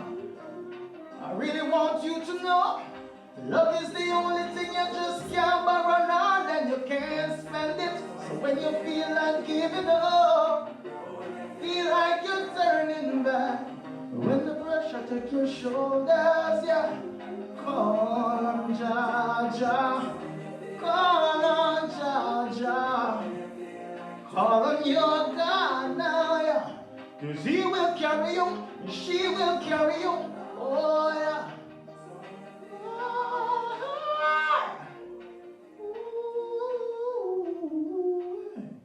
Oh, no, yes. There is a greater sense of purpose in existence beyond your understanding. The fact that you cannot explain the mystery of your existence proves this fact. Do good, good will always follow. And the next song I'm going to play is a single that we're about to release at the end of this month. There is no specific date, we only know it's this month. And it's called Bad Prayer. And the reason why I'm doing this and not something from the album that's coming in February is because I think this is a cool song. And this track was designed by a good friend of mine. His name is Clive Jarrett. It's a really cool track, I tell you. Yeah. Oh, no. So where did it come to this? Where? Oh, Lord, where did it come to this? Yeah. Oh, no. Yeah. Where did it come to this? Brother fighting brothers now. When did it come to this? Your sister lighting candles and I burn bad prayer for you. Where did it come to this? Brother fighting brothers, yes. Where did it come to this? Your sister lighting candles. Let me tell you. So early in the morning I wake up, I meditate, love I dedicate and I educate ghetto youths about Mama Africa greatness. So Rastafari live within the highest mountains. Babylon can't penetrate, can't operate, can't dominate. We are celebrate, oh Rastafari great. So Rastafari live. So where did it come to this? Tell me where. When did it come to this? Check out. Granny said them a burn bad prayer for you. Where did it come to this? Oh yeah. Tell me where did it come to this? Oh yeah. Where did it come to this? brother fighting brother. And when did it come to this? Your sister lighting candles and a burn bad prayer for you. Where did it come to this? Oh no, no. Look out there now. Speak to yourself. I a trod Rastafari way comfortable. I sometimes fish, mostly vegetable. The world don't know, say me born as a rebel. The world don't see me, I'm me born as a rebel. Now the Gideon start and a God and devil. You look out from the battlefield sharp and world don't say Rasta gone on a level. I walk and I talk on a level. Still, where did it come to this? Tell me where did it come to this, yeah? Where did it come to this? Your brother fighting brothers, yes. And where did it come to this? Your sister lighting candles and burn bad prayer for you. Where did it come to this? Brother fighting brother. When did it come to this? Your sister lighting candles and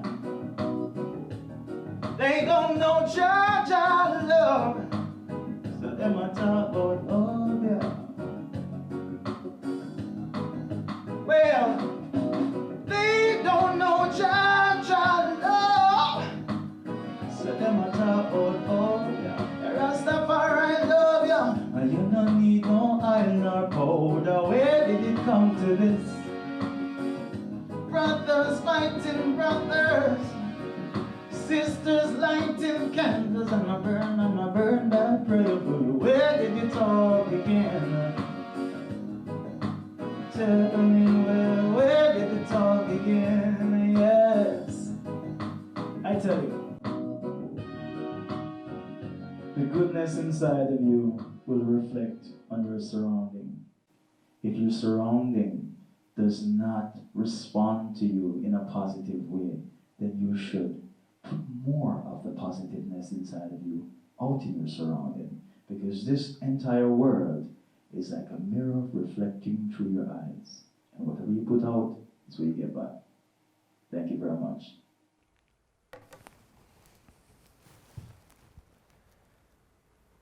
Greg Roy, just a fantastic performance put on by him. I have a Greg Roy sticker now on my desk. When he left here, he left us with a couple stickers. So he earned a fan from Medfield TV for sure. And I know Audrey had a real kick being in studio with him, and as he filmed that, he's a great performer. So thank you so much, Greg, for performing for us. Jean, what do we have coming up next? Sure.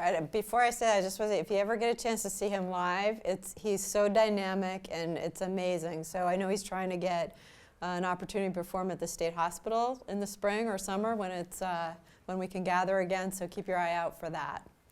And up next, let's see, we have Elizabeth Springett, a weaver, and Jennifer Marie Hoffman, who makes soaps.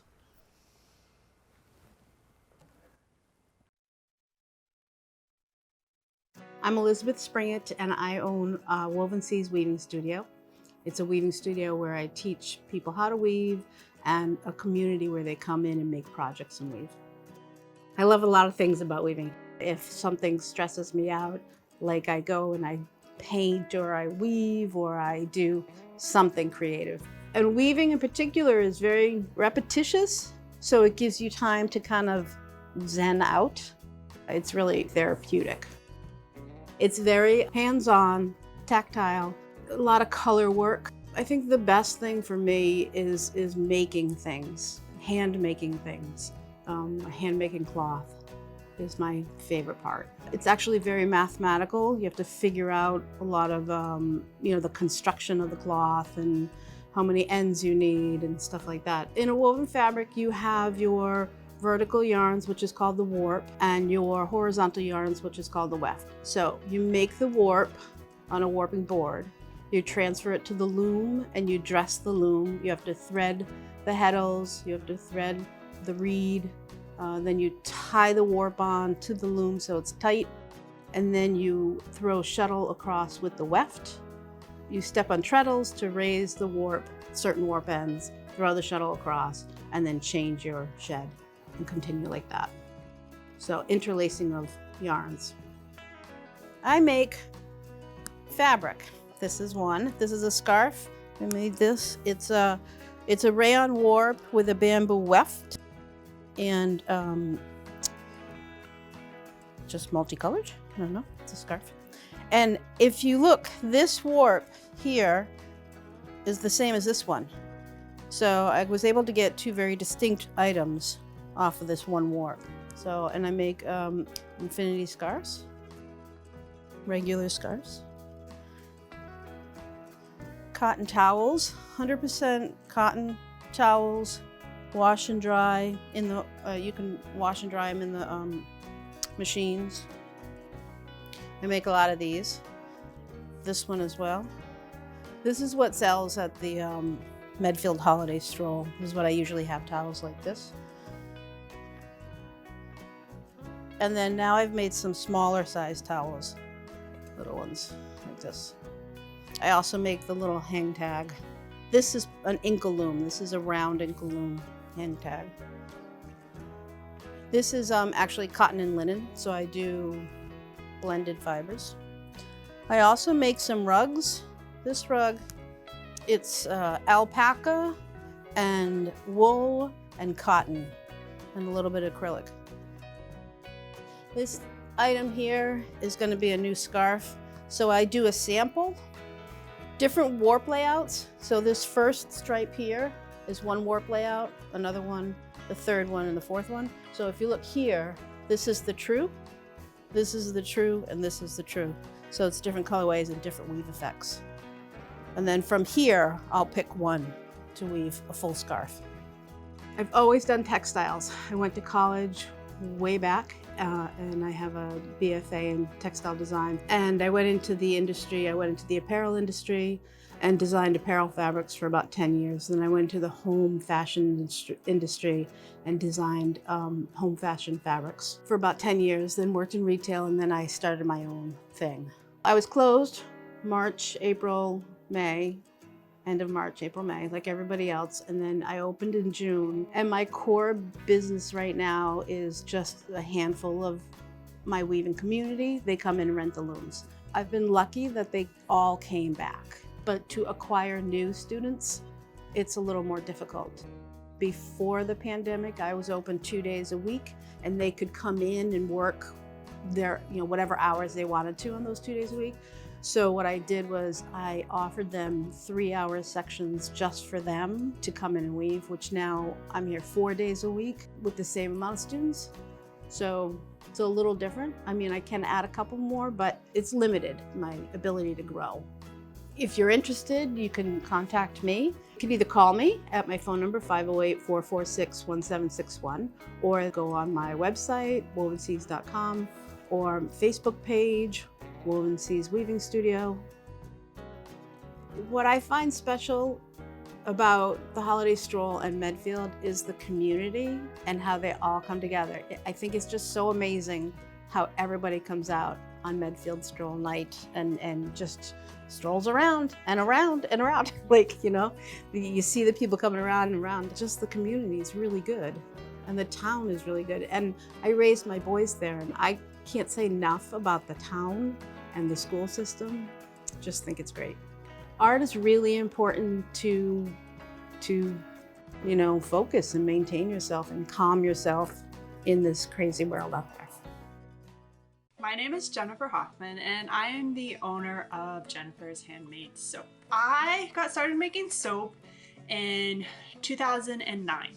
I was actually writing an article about the history of soap and cleanliness, and there was a class being offered on modern day soap making, and I thought it'd be interesting just to understand the process. So I went, took the class, and next thing I know, soap making had become a hobby of mine.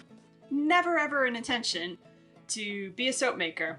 In 2012, when I was making way too much soap, giving it away, family and friends were saying we don't need any more soap, and I was like, but I just made another 40 bars. I decided to start my own business. Again, never in my plans, but I went with it, and 9 years later, here I am, and this is a full-time business, and I really do love what I do. For me, soap making is about the creativity that you can have. There's a science behind it. No two bars are alike. One bar to the next is not going to be the same. It really depends on the oils that the soap maker uses, combinations, all sorts of factors go into it.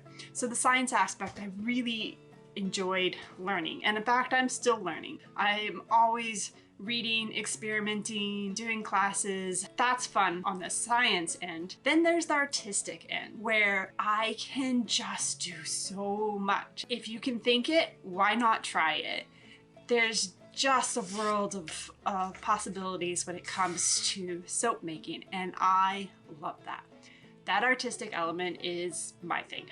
This is my pumpkin patch. I made those pumpkins by hand, piped the top, the inside's a swirl, so it combines a whole bunch of different techniques. This is my apple spice. I'm kind of in love with this one. It makes me smile, and it smells really good.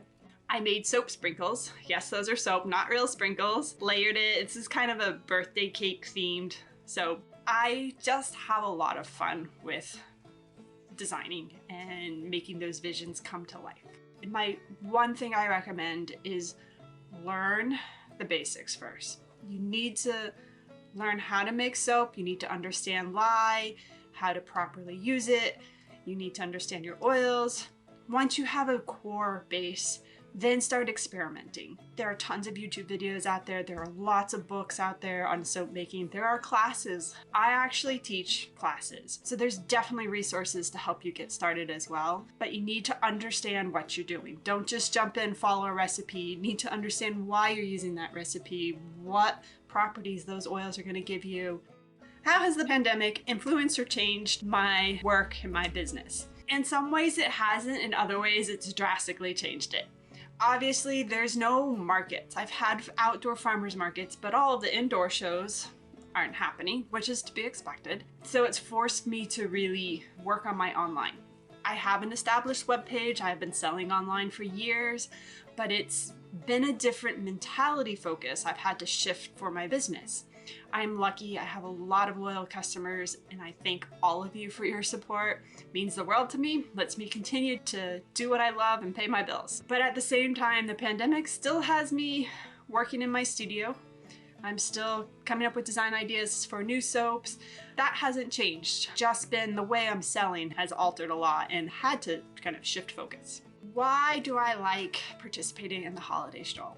It's fun. The atmosphere is fun. The people are out there to support the artisans, to have a good time. You've got the Christmas carolers, Christmas spirits there. It's just a fun event. Some events, you go and you feel like they're long and you work. This event, it feels like it just flies by.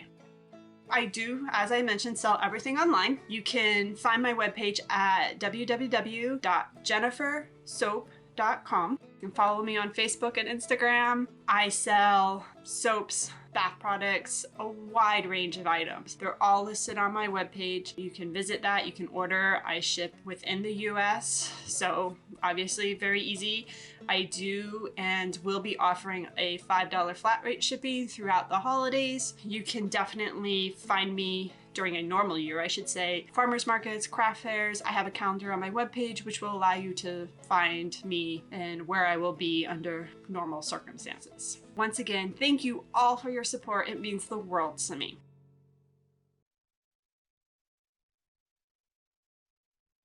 Absolutely fantastic. I mean, the soaps, everything that we just saw there, just absolutely beautiful, wonderful stuff. I'm actually a big fan of handmade soap, so I'm definitely going to be looking into that Soap of the Month Club. I saw that on the webpage, be looking into that. But absolutely just amazing work. We were talking about the weaving there for a second. I don't understand even how you conceptualize when she's passing that through, and I always love when an artist just says, you just pass it through and then just let that go. It's so amazing to me, the weaving that happens. And they're so beautiful and so soft and so detailed. It's really incredible. I just bought a couple as gifts, and the person I gave them to said, I don't want to use them because they're so nice. But in fact, they're highly absorbent. I mean, they're really lovely, lovely things that she makes. So.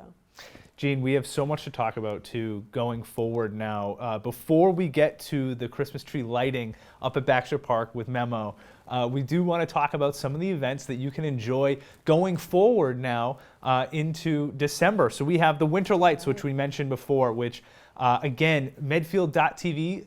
You can go and check out the Winter Lights. It's up at the top. It's just one of the links. You can go there right now, and you can go and purchase your tickets. Again, it's $20 per car, and we are so excited to bring this to you. I know, Jean, I think we can talk about it now. We saw a photo of one of the things that they built for this display. Jean, tell us what was put together for us. So thanks to Hurley Testa in town, they have actually built a creche. So we are going to have a living nativity thanks to Dick Judge and some helpers that he has at St. Elizabeth's, St. Edward's here in town. And I'm really excited about that. It's going to make a lights display like no other. And I'm so excited. I know that we have a radio broadcast that's going to go on. It's going to be a local broadcast, and it's going to have all of the different music that you've heard tonight, the music that you will hear during the Lowell Mason tomorrow night. And it's just going to be a fantastic broadcast. You'll be able to tune in as you pull in, and you'll hear it. That's going to be because of our board president, David Maxon. I want to give him a shout out. Our board of directors is just such a fantastic group to work with. They're really... Here at Medfield TV, we have just driven straight ahead into this pandemic and said that we're just going to keep doing stuff until this ends. And this board of directors has just been fantastic to work with. You know, the Winter Lights event wouldn't happen without my board of directors' support. And so I want to thank them, and I have to extra thank David for really jumping in and getting involved. He said, not only do I support it, but I want in. And so we get a cool radio broadcast to go with it. So that's the Winter Lights. Like I said, go to Medfield.tv. You can see the link that's up there. You can purchase those. As I've mentioned a couple times now, the Lowell Mason Holiday Concert is tomorrow night at 7 p.m. The Lowell Mason Holiday Concert is so important for local music and to support them. Again, we're just supporting the arts. And this one here is going to be all sorts of different musical performances. And I've got to work with Chris McHugh-Potts and the rest of everyone else over at the Lowell Mason Holiday Concert Series. And it's just such a fantastic group of people to work with. So thank you so much for helping out with that. Again, the Medfield TV Cribs Holiday Homes is coming. I can't wait to see what all of you put together. Get creative, get wild, get crazy.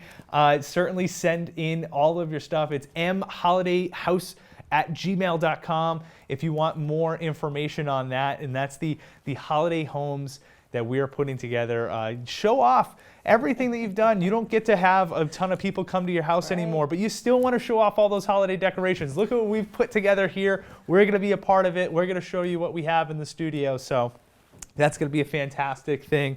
We also have the Medfield Theater Society. I want to thank them for all the effort that they've put in. We're filming 2 movies we've shot with the Medfield Theater Society. They weren't able to obviously put together their performances this year, so we shot 2 movies. And Andrea McCoy and her crew are just absolutely fantastic, watching them jump way outside of their comfort zone and jump into filmmaking. We had to do this all socially distanced, so you're going to watch these scenes with these kids are going to be sitting around a table, but each one had to shoot the scene individually, and then they did the scene where one would sit and the other one would be off camera, and then they did the scene again reversed. It was incredible. What an effort that they had, for sure. And Medfield TV, I just want to take the time to do a couple special thanks. And Jean, I will give you some time to do some special thanks. I know the CAM has so many people in the community as well, but I want to thank first Mike Page. You've been a massive, massive part of Medfield TV during this pandemic. Like you alluded to, I reached out to you early on in March. We did daily Mike Page Doodle Club episodes, and that was such a huge endeavor on your part and our part. You've been such a huge commitment to our station. Thank you so much for being a part of the Doodle Club. And all the kids, I'm sure I speak for them when I say that you've entertained them. You have done such a fantastic job. You are such an awesome part of our community. So thank you so much, Mike, for everything that you've been doing. My staff, Eric, Janine, Mike, Geegan, who's up there right now, Maddie Kermy, Linnea Whiting, Amanda Timmons, and Audrey Enzer. You have seen their work. You have seen what they put together. I am nothing without them. They are just a fantastic crew. I have the best in the business. You will not find a better staff than I have because they are just gung-ho. They're ready to take on anything, and that's why we're able to do the things that we can do. And I want to thank the Board of Selectmen, Chief Gorette, the Medfield Police Department, Christine Truweiler, and all of you viewers who have stuck by us and stuck with us and supported us all this time. Thank you so much for everything you've done for Medfield TV. You've always supported us, and we get to do things like this because of your support. So thank you so much. And Jean, I will stop talking for a little while so that you can thank everyone that you have to with Cam. Well, I do want to start with Medfield TV and your incredible staff. This has just been a wonderful experience. They did a terrific job with these videos and bringing the arts to life and showing us some of these, you know, their studio spaces and where they work. It's just been a really great experience, and I'm really excited for the Winter Lights with you, and thank you to your board for helping to make that happen. I'd have to say thank you to my family who continue to indulge me all these events and crazy ideas, but it's been a wonderful ride, and I'm really grateful for their support. I also have to thank the team that has been with the Holiday Stroll from the beginning, and that's a core team including Diane Borelli, Kirsten DeBate, Bill Pope from Zulo Gallery, Sarah Raposa, our town planner, has been instrumental from the beginning. Pam Gardner at the library also hosts one of the sites, and her staff. They're doing amazing work in the pandemic. You've got to check out their website and their kids programs. Tonight, for example, they had a sing-along for kids leading up to the stroll on the early side of the evening. You know, I miss you all. I miss planning with you. I can't wait till we're back in person to do it again, but that team has really grown this event to what it has become, which has just been incredible. I should also thank the United Church of Christ for the carol sing and their participation in the stroll every year for the music. Tonight, you know, singing is one of those things that's really hard to do in a pandemic. You can't, it's not just 6 feet, you're supposed to be something like 20 feet apart. So to pull that off at all and bring us some music tonight, it's just it really touches my heart, and I'm really grateful to everybody who participated in that. Memo is another one who, without the tree lighting, I don't think any of these other things would have happened or would have evolved, and they've just been gracious all along in coordinating with us and cross-promotion, and they're an amazing organization, one of the best-kept secrets in some ways in town. People don't know that they do the flags for all the events. Medfield Day, of course, is their big visibility, but they work tremendously hard behind the scenes to make this a really special community, and I'm just grateful that the Holiday Stroll is a piece of the tree lighting evening. And then I guess last, I need to thank all the artists who participated, who allowed and opened their studios to have Medfield TV come in, the musicians, Greg Roy tonight. Just an incredible sense of community, even though it's virtual, and for sharing your stories and your paths into art. You know, so many different ways to get at it, and I hope it was inspiring for some of you at home to think, you know, when you tell yourself you can't draw or you can't do that, I hope tonight you heard a little bit of encouragement and inspiration to say that you can and that it matters. Absolutely. And with that, let's go live to Baxter Park. I'm so excited for this as we flip over to Baxter Park and Memo, and they are going to show us the Christmas tree lighting. Let's go see them.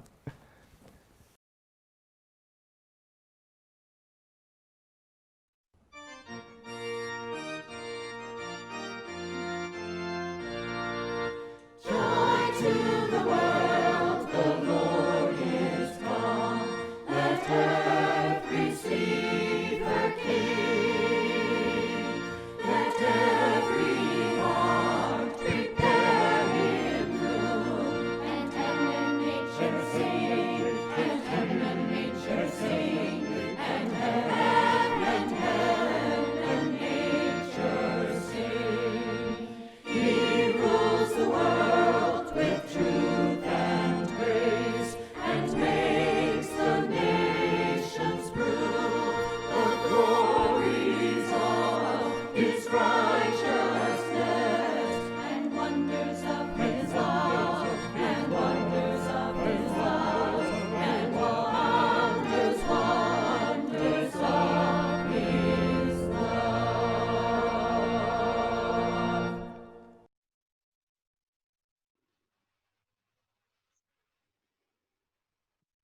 Good evening, Medfield. Behind the masks, Russ Hallisey and President of MEMO, Jen Bradbury. We thank Medfield TV for allowing us to put this special event on TV tonight. As with everything else this year, we've had to rethink how we do things. In particular, tonight, we're going to be doing the lighting of the Christmas trees down here at Baxter Park. And it's a lot different than before, but Medfield TV is making it as best we can. Absolutely. Ready? All right. So we're going to do the countdown now. All right. 5, 4, 3, 2, 1. Light them up.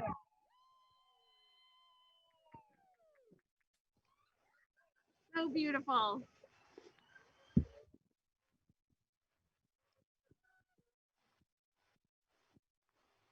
They look beautiful. They do look beautiful.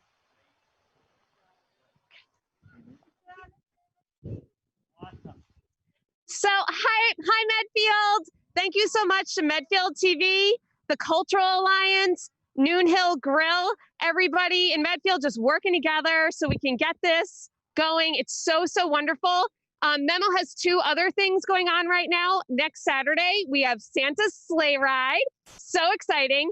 And right now we also have a really big raffle basket. You can get your tickets at the Holistic Wellness Center, Nidem Bank, Randy's Automotive, and the Butterfly Tree Shop.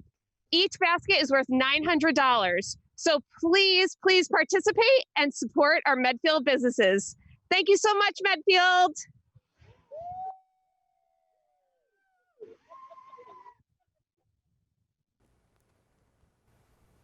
Back to you. Oh, back to you in the studio. Sorry. This has been fantastic. This has been absolutely awesome. I have loved just seeing all of this. We want to have a couple thank yous. Hank Marcel was someone that Jean mentioned. He's the one that strings up all the lights. He's been doing it for years, and he dedicates his time to do that. Baxter Park being lit up like that was one of the first things I actually noticed about Medfield. I used to drive through here to see my now fiance, she was my girlfriend at the time, and I would drive 27, and Baxter Park was always one of the things that I would see every time. So for the past 5 years, I've been driving through and being able to see that, and it's been amazing. So Baxter Park has a little special place in my heart and is a part of my relationship with my fiance, whether anyone knows that or not, but it's one of the things that I've truly enjoyed. This whole broadcast has been really terrific. And, you know, like I said to my staff, thank you so much for all that they do. I want to thank all the residents watching and being a part of Medfield TV over the years. This has been fantastic, and thank you so much. I hope that, like Jean said, this can be an addition to the Holiday Stroll going forward. I think that I had a lot of fun tonight. I think people watching had a lot of fun watching, but thank you so much for participating with us, Jean. This has been fantastic. Thanks, Brett. It has been great. We just want to wish everybody very happy holidays this year and a really healthy new year. Absolutely. See you later, everybody. Thank you so much, and goodbye.